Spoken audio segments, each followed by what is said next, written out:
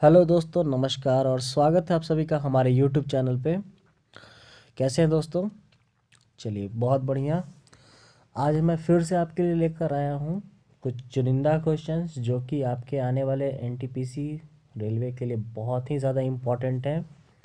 तो चलिए दोस्तों, देर ना करते हुए अपने क्वेश्चंस पे चलते हैं। ठीक है, चलिए। तो पहला क्वेश्चन है, हम्पी किस नदी के किनारे अवस्थित है? पहला है नर्मदा, दूसरा रावी, सी तुंगभद्रा और डी ताप्ती। तो दोस्तों, इसका जो सही जवाब हो जाएगा वो हो जाएगा आपको ऑप्शन नंबर सी, यानी कि तुंगभद्रा नदी। ठीक है, चलिए अगला क्वेश्चन पे बढ़ते हैं हम लोग फटाक से। अगला क्वेश्चन है, भारतीय संविधान के किस अनुच्छेद के अंतर्गत जम्मू कश्मीर राज्य को विशेष परिस्थिति प्रदान की गई है? पहला है अनुच्छेद 356, अनुच्छेद 360, अनुच्छेद 368 या अनुच्छेद 370। तो दोस्तों, इसका जो सही जवाब है वो क्या हो जाएगा? अनुच्छेद 370। ठीक है, चलिए अगले प्रश्न पर बढ़ते हैं हम लोग। अगला प्रश्न क्या कह रहा है?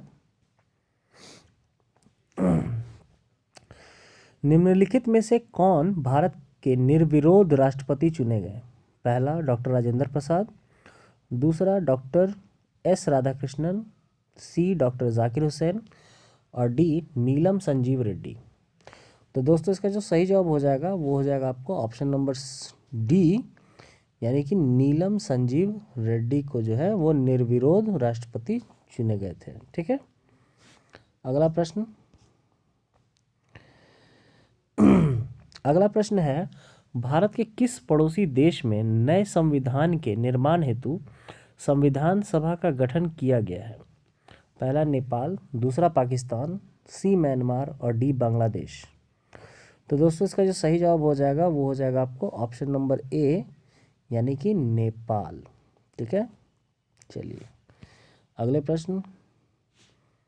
निम्नलिखित में से कौन सी एक कालिदास की रचना नहीं है?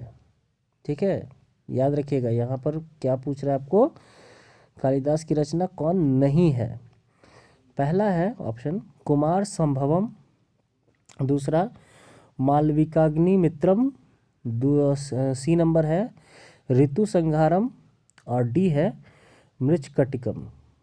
तो दोस्तों, इसका जो सही जवाब हो जाएगा वो हो जाएगा आपको ऑप्शन नंबर डी, यानी मृच्छकटिकम जो है वो कालिदास की रचना नहीं है। बाद बाकी ये तीनों जो है कुमार संभवम, मालविका अग्निमित्रम और ऋतु संहारम, ये तीनों के तीनों कालिदास की रचनाएं हैं। अगला प्रश्न चलते हैं हम लोग, बढ़ते हैं। अगला प्रश्न है, आनुवांशिकी किसके अध्ययन से संबंधित है? पहला कोशिका, दूसरा उत्तक, सी वंशानुगति और डी आंतरिक संरचना। तो दोस्तों, इसका जो सही जवाब हो जाएगा वो हो जाएगा ऑप्शन नंबर सी, यानी कि वंशानुगति। ठीक है, माने आनुवांशिकी जो है वो किसके अध्ययन से संबंधित है? तो वंशानुगति के अध्ययन से संबंधित है। अगला प्रश्न बढ़ते हैं हम लोग। अगला प्रश्न क्या कह रहा है?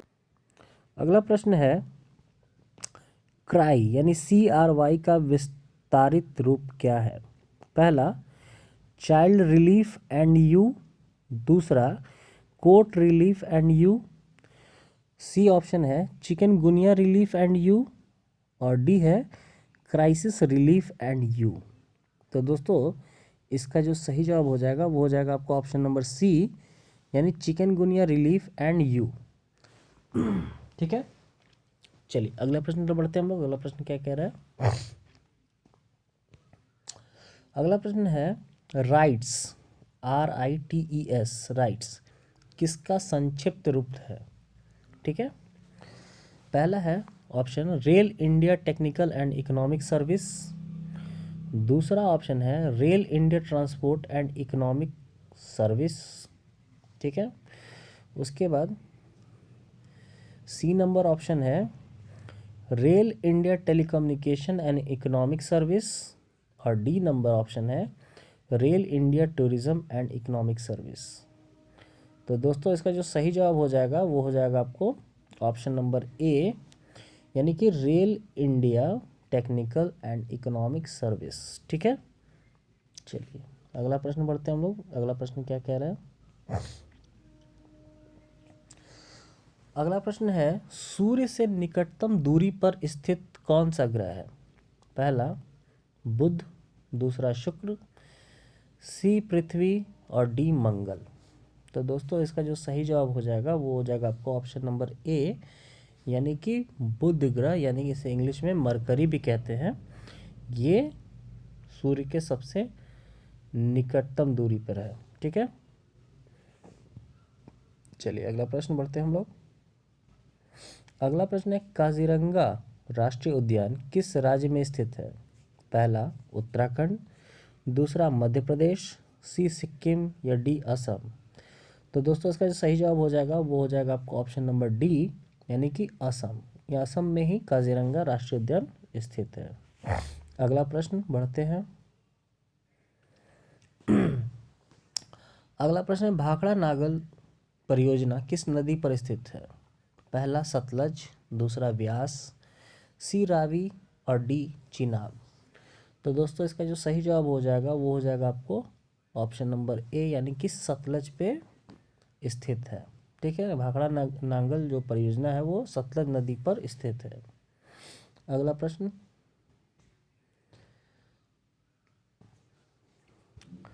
भारत का सबसे बड़ा नदी बांध कौन सा है? पहला ऑप्शन है भाखड़ा बांध, दूसरा है नांगल बांध, सी हीराकुंड बांध और डी सरदार सरोवर बांध। तो दोस्तों इसका जो सही जवाब हो जाएगा वो आपको हो जाएगा ऑप्शन नंबर सी, यानी कि हीराकुंड बांध जो है वो सबसे बड़ा, भारत का सबसे बड़ा नदी बांध है। ठीक है, चलिए अगला प्रश्न बढ़ते हैं हम लोग। सऊदी अरब की राष्ट्रीय मुद्रा का क्या नाम है? पहला दिरहम, बी दिनार, सी रियाल और डी बोलीवर।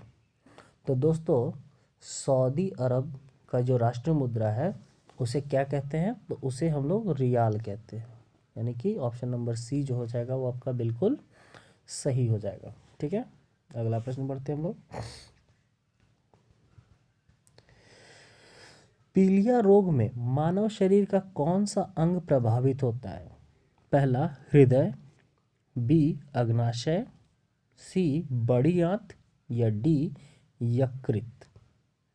तो दोस्तों पीलिया रोग में जो मानव शरीर का जो सबसे ज़्यादा जो अंग जो प्रभावित होता है वो आपको होता है डी यकृत। ठीक है, चलिए अगला प्रश्न बढ़ते हैं हम लोग। अगला प्रश्न है, पृथ्वी के तल से पलायन वेग का मान कितना है? ठीक है, पहला 9.8 किलोमीटर पर सेकेंड, दूसरा 10.4 किलोमीटर पर सेकेंड, सी है 11.2 किलोमीटर पर सेकेंड और डी है 11.6 किलोमीटर पर सेकेंड। तो दोस्तों इसका जो सही जवाब हो जाएगा वो हो जाएगा आपको ऑप्शन नंबर सी, यानी कि 11.2 किलोमीटर पर सेकेंड। ठीक है, चलिए अगला प्रश्न चलते हैं हम लोग।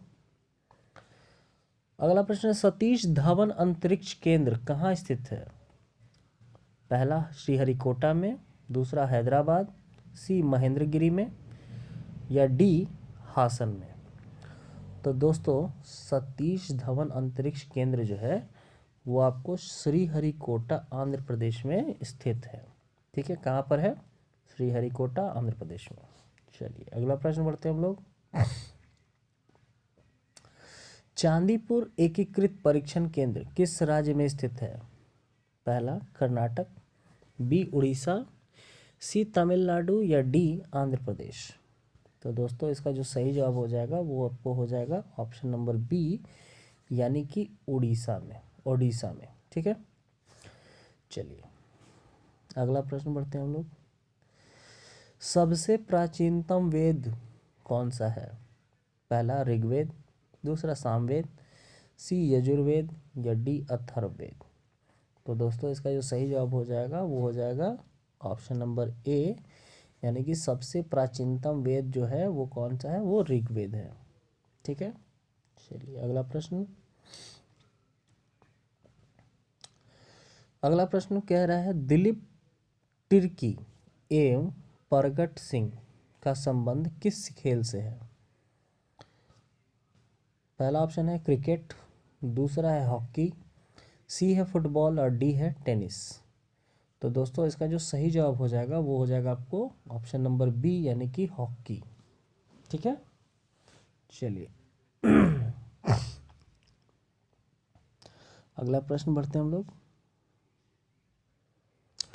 प्रथम वित्त आयोग का गठन किस वर्ष हुआ था। पहला 1947, बी 1950 ईस्वी, सी 1951 ईस्वी या डी 1957 ईस्वी। तो दोस्तों प्रथम वित्त आयोग का जो गठन हुआ था वो हुआ था आपको 1951 ईस्वी में, यानी ऑप्शन नंबर सी आपका जो होगा बिल्कुल सही हो जाएगा। ठीक है, चलिए अगला प्रश्न बढ़ते हैं हम लोग। अगला प्रश्न है पानीपत का प्रथम युद्ध किसके किसके मध्य हुआ था। पहला बाबर एवं इब्राहिम लोधी, दूसरा बाबर एवं हेमू, सी अहमद शाह अब्दाली और मराठा और डी मोहम्मद गौरी एवं पृथ्वीराज चौहान। ठीक है, तो दोस्तों इसका जो सही जवाब हो जाएगा वो हो जाएगा आपको ऑप्शन नंबर ए यानी कि बाबर एवं इब्राहिम लोधी के बीच में पानीपत का प्रथम युद्ध हुआ था। ठीक है, अकबर और हेमू के बीच द्वितीय युद्ध हुआ था पानीपत का, और अहमद शाह अब्दाली एवं मराठा के बीच में तृतीय पानीपत का युद्ध हुआ था। ठीक है, चलिए अगला प्रश्न चलते हैं हम लोग। अगला प्रश्न है लोकसभा में एंग्लो इंडियन समुदाय के 2 प्रतिनिधियों का मनोनयन कौन करता है। पहला प्रधानमंत्री, बी राष्ट्रपति, सी उपराष्ट्रपति या डी लोकसभा अध्यक्ष। तो दोस्तों इसका जो सही जवाब हो जाएगा कि लोकसभा में एंग्लो इंडियन समुदाय के 2 प्रतिनिधियों का जो चयन होता है, मनोनयन या फिर चयन कहिए, वो आपको राष्ट्रपति करते हैं। ठीक है, ये इन्हीं के पास पावर होता है इनका सिलेक्शन करने का। चलिए अगला प्रश्न बढ़ते हैं हम लोग।